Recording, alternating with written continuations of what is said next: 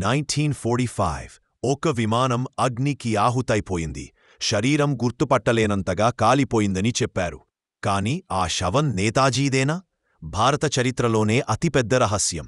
ఇవాళ కూడా సమాధానం లేనిదే.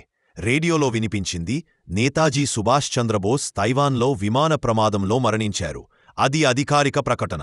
కాని వెంటనే అనుమానాలు చెలరేగాయి. బ్రిటిష్ గూఢచార నివేదికలు అప్రమత్తం చేసిన సంగతులు, జపాన్ రికార్డులు, మాయమైన నిజాలు. ఏది నిజం, ఏది మాయం? గుసగుసలు చెబుతున్నాయి. నేతాజీ మాస్కోలో బందీగా ఉన్నారట. సోవియట్ ఆర్కైవ్స్లో దాచిన పేర్లు, భారత నాయకుల మధ్య తిరిగిన రహస్యలేఖలు. అయితే ఆయనను ఎందుకు తిరిగి రానియలేదు? నేతాజీ నిజంగా మరణించారా, లేక చరిత్రలోనే నీడగా బ్రతికారా? జాతికోసం ప్రాణమర్పించిన మనిషి ఆఖరి అధ్యాయం ఎందుకు ఇంత రహస్యమైంది?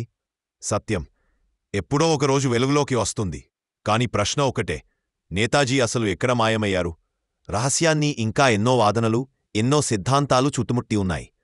1920 ఆగస్టు 10న ఆయన ప్రయాణించిన యుద్ధవిమానం కూలిపోయిందని అధికారిక ప్రకటన వచ్చినా ఆయన చివరి గమ్యం మాత్రం ఇంకా చీకట్లలోనే ఉంది. ఈ ప్రశ్న, ఈ అనుమానం, ఈ అన్వేషణ ఇప్పటికీ ముగియలేదు.